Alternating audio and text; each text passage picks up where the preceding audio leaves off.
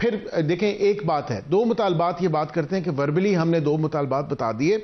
پہلا مطالبہ ان کا یہ ہے کہ کمیشن بنایا جائے جو فیڈرل حکومت کا کام ہے. It is actually the prerogative of the federal government to form commissions as per an act of the parliament. مطلب جو انکوائری آف کمیشن ایکٹ ہے اس کے تحت تو فیڈرل حکومت امپاورڈ ہے. ان دونوں پہ بات ہو سکتی ہے کہ دونوں پہ یا ایک پہ, یہ جو بھی کمیشن جو کمیٹی کے ممبران کا فیصلہ ہوگا, اگر ان کو پی ٹی آئی کی کمیٹی کے ممبران کنونس کر سکتے ہیں اور اتنا کنونس کر لیں کہ وہ واقعتاً کہیں کہ جی بنائیں, کیونکہ اس میں فیڈرل حکومت کی تمام تر نمائندگی ہے. All those political parties that are part of the federal government are actually being represented. یہاں پہ یہ بات نہیں ہو سکتی تو بالکل کمیشن بنا سکتے ہیں. ویری انٹرسٹنگ صاحب نے کہا یہ مطالبہ تو ہو سکتا ہے. دوسرا دوسرا مطالبہ, اب میں اس پہ, اب آپ مجھے بتائیں, اب آپ مجھے بڑے فیئرلی اس پہ کائنڈلی اپنے ناظرین کو بھی for the benefit of your viewers میں یہ ضرور بات کروں گا. بات ہوتی ہے اسیران کو رہا کرنے کی, لیکن اسیران کی لسٹ آج دن تک کدھر ہے؟ I mean, there are tall claims کہ 5,000 لوگ ہیں, 4,500 لوگ ہیں, but there is actually no list. It doesn't exist. I mean, کوئی بتایا گیا ہے کہ کیا محمد شفیق ہے یا محمد ادریس ہے یا محمد اشفاق ہے یا محمد اشرف ہے, وہ کون سے ونگ کا ممبر ہے؟ کیا یوتھ ونگ کا ممبر ہے؟ کیا سوشل میڈیا ٹیم کا ممبر ہے؟ کیا کوئی اس کو جو ہے کسان ونگ کا ممبر ہے یا کوئی خواتین ونگ کی کوئی ممبر ہے؟ کیا اس کی عمر ہے؟ کیا کون سی جیل میں ہے؟ کس کیس میں ہے؟ جو نام ہے اس میں بانی پی ٹی آئی ہیں, ڈاکٹر یاسمین راشد ہیں, اور اصل now you come to the point. میں آپ کو بتاتا ہوں نا, اصل جو بات ہے وہ یہی ہے کہ when we ask them to actually present their demands in writing, کہ رائٹنگ میں ہمیں دیں, کیونکہ ہم چاہتے ہیں ہم قوم اور عوام کے سامنے رکھیں. this is what they're asking, تاکہ وہ قوم اور عوام کے سامنے ہو. اور اس پارٹی کا ٹریک ریکارڈ یہ رہا ہے کہ they have actually done one too many U-turns. ایک بات ایک کرتے ہیں اور کرتے کچھ ہیں, اور اپنی بات سے پھر جاتے ہیں اور یو ٹرن لے لیتے ہیں. So this is one of the biggest deadlocks کہ ہم چاہتے ہیں ان رائٹنگ آئے تاکہ کل کو پھر یہ اس بات سے پیچھے نہ ہٹ سکیں کہ ان رائٹنگ میں یہ مانگا یا یہ نہیں مانگا. ابھی تو یہ پریس کانفرنسز کے تھرو یہ بڑی خوشائن اور اچھی بات ہے, انہوں نے کہا جی بانی پی ٹی آئی نے سب کو معاف کر دیا. بانی پی ٹی آئی نے کہا سب لوگ رہا ہوں گے میری پارٹی کے, لیکن میں سب سے آخری بندہ ہوں گا رہا ہونے کا. لیکن جب بات آتی ہے ان رائٹنگ ڈیمانڈ کی تو آپ دیکھیں گے اسیران کی list, if there is one that exists and we'll come to know of it in due course, however. لیکن ایک سیکنڈ, اس میں سب سے ٹاپ پہ نام بانی پی ٹی آئی کا ہوگا when he is actually not even a political prisoner. مطلب کون سا دفعہ 144 لگا ہوا ہے؟ یہ میں بتائیں کہ 190 ملین پاؤنڈ کی ڈکیتی ہے دن دہاڑے, اسی طرح توشہ خانہ کی ڈکیتیاں ہیں دن دہاڑے کی. مطلب مجھے بتائیں نا کہ کون سے یہ پولیٹیکل کیس. آپ یہ کہہ رہے ہیں کہ نام لے کر آئے پھر بات ہوگی. یہ بات بھی کل کہی گئی ہمارے پروگرام میں کہ مذاکرات تو ابھی شروع ہی نہیں ہوئے, بٹ پھر یہ جو بانی پی ٹی آئی نے کہا اور اوپنلی کہا کہ مجھے آفر ہوئی کہ آپ چلے جائیں بنی گالہ میں. آج علیمہ خان صاحبہ نے کہا کہ یہ offer chief minister Khyber Pakhtunkhwa علی امین گنڈاپور لے کر آئے تھے. یہاں تک تو بات کنفرمڈ ہو گئی. اب علی امین گنڈاپور صاحب یہ آفر لے کے کیوں گئے تھے, کس کے کہنے پہ گئے تھے؟ دیکھیں یہ بڑی انٹرسٹنگ آپ نے بات پوچھی. کیا یہ سیلف میڈ آفر تھی؟ کیونکہ حکومت کی طرف سے تو کسی نے کوئی آفر نہیں کیا. اب یہ اتنی چہم گوئیاں پچھلے پورے ہفتے 10 دن میں ہو رہی ہیں.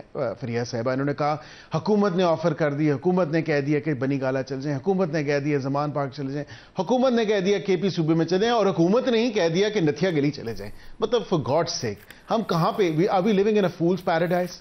یہاں پہ آفرز تو حکومت کے ساتھ جڑی جاتی ہیں لیکن پھر دی ہی نہیں گئی ہے. اٹس ٹوٹلی ربش. ہم نے آن ریکارڈ میں آپ کو کہہ رہا ہوں اٹس ایکچولی جسٹ اٹس ربش. اور یہ ایسا تاثر بڑا غلط دیا جا رہا ہے کہ حکومت نے کوئی آفر دے دیا. حکومت نے کوئی آفر نہیں دی. یہ 3-4 آپشن دینے کا مقصد یہ ہے ان کی طرف سے کہ they want an offer which is similar to this. انصار عباسی صاحب جو بہت ہی سینئر صحافی ہیں, انہوں نے یہ بات رپورٹ کی تھی کہ یہ آفر دی گئی ہے بانی پی ٹی آئی کو. سو اس وقت حکومت نے کیوں نہیں اس کو نیگیٹ کیا اس بات کو؟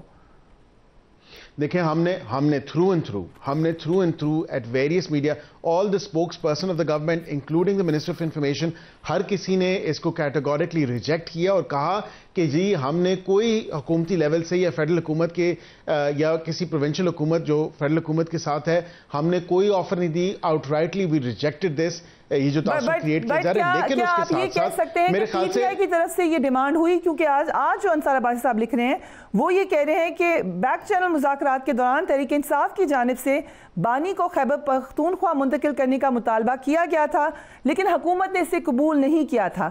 یہ مطالبہ گزشتہ سال نومبر میں جو بیک چینل مذاکرات ہوئے تب ہوا تھا. سو اٹ مینس کہ پی ٹی آئی نے یہ مطالبہ کیا تھا اکارڈنگ ٹو عباس صاحب. دیکھیں اب ہزاروں خواہشیں ایسی کہ ہر خواہش پہ دم نکلے. فریہ صاحبہ مجھے آپ یہ بتا دیں اب یہ 3-4 آپشنز نتھیا گلی, بنی گالا, زمان پاک اینڈ کے پی, مطلب یہ تو آپشنز تو انہوں نے خود ٹیبل پہ رکھے ہیں نا کہ کسی جگہ ہمیں ٹرانسفر کر دیا جائے. I mean in not so many words this is an indirect way of asking for an offer or actually seeking some sort of a national reconciliation order. NRO جو ہم عام زبان میں عام فہم میں کہتے ہیں وہ یہی ہے نا. اب یہ 3-4 آپشن رکھنے کا مقصد کیا, جب حکومت خود کیٹیگورکلی آن ریکارڈ کہہ رہی ہے کہ we've not offered any of these things یا any of these options to PTI or its chairman or anybody else, تو پھر یہ خود کہاں سے اخذ ہو گیا. اب انصار عباسی صاحب کی آپ نے رپورٹ کی بات کی تو میں نے آج میڈیا پہ بھی دیکھا, انہوں نے کہا اس چیز کا یہ نہیں پتا چل رہا کہ آفر کس نے کی اور آفر کہاں سے آئی.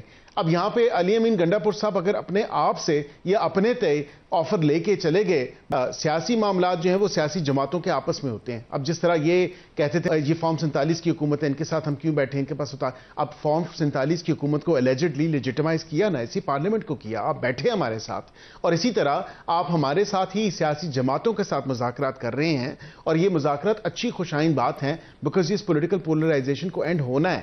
ابھی بھی پر امید ہے, آر یو اسٹل آپٹیمسٹک کہ اس میں سے کچھ نکل آئے گا, کیونکہ اب تو بالکل ہم دیکھ سکتے ہیں کہ سٹال ہو گئے. جی بالکل بالکل, میں دیکھیں I am very optimistic, I always look on the positive side, اور میں یہ سمجھتا ہوں کہ جس طرح اچھی خوشائن بات ہے ایک ان کو ریئلائزیشن ہوئی اور یہ آئے مذاکرات کا عمل شروع ہوا, یہ we are actually holding these talks for the betterment of the country.